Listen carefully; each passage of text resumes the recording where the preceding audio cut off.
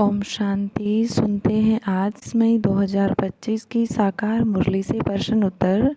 प्रश्न 1। आज की मुरली में बाप दादा ने किस संग से बचने की सलाह दी है और क्यों? उत्तर। बाप दादा ने बुरे संग से बचने की सलाह दी है क्योंकि कुसंग बुद्धि को तुच्छ बना देता है और उसकी रंगत से आत्मा गिर पड़ती है। प्रश्न 2। बाप दादा ने किस वस्तु में ममत्व रखने से मना किया है? उत्तर। बाप दादा ने पुरानी दुनिया की किसी भी वस्तु में ममत्व रखने से मना किया है क्योंकि इससे मोह हो जाता है और अंत समय में रुकावट पड़ती है। प्रश्न 3। बाबा को ओबीडिएंट क्यों कहा गया है? उत्तर। बाबा को ओबीडिएंट इसलिए कहा गया है क्योंकि वह बच्चों के प्रति बेहद दयालु, स्नेही, शिक्षक और पथ प्रदर्शक बनकर सेवा करते हैं, साथ ही संग लेकर जाने की गारंटी देते हैं।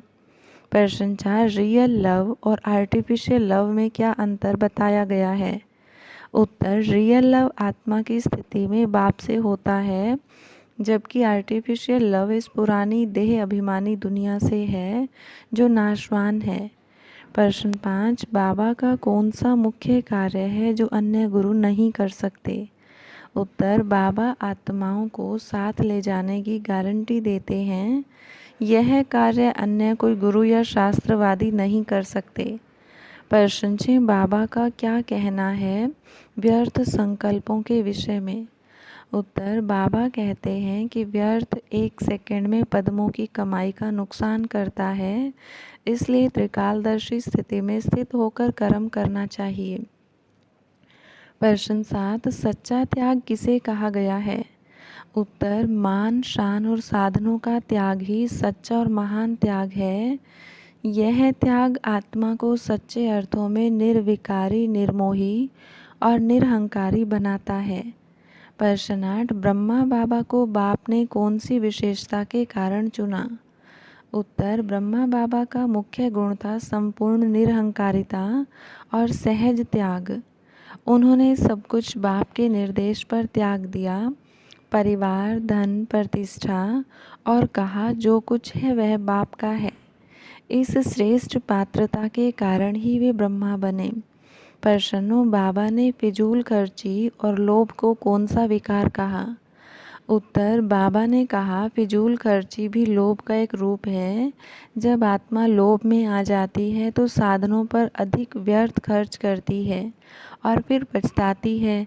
इसलिए बाबा सिखाते हैं कि संतुष्ट रहो, साधारण रहो और पद्मों की कमाई करो। प्रश्न 10। बाप दादा ने नाम रूप को क्यों समाप्त करने की सलाह दी?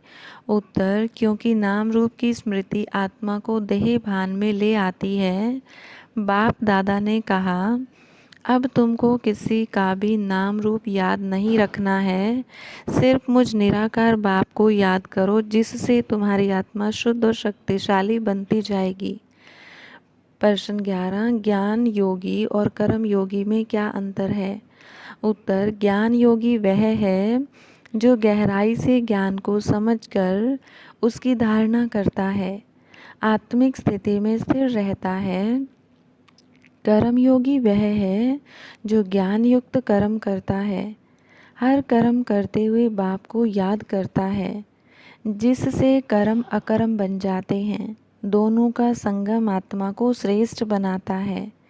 हर रोज़ की मुरली से प्रश्न उत्तर सुनने के लिए चैनल को सब्सक्राइब करें और बेल आइकन ज़रूर दबाएं। वीडियो को दूसरे भाई बहनों के साथ शेयर ज़रूर करें। ओम शांति।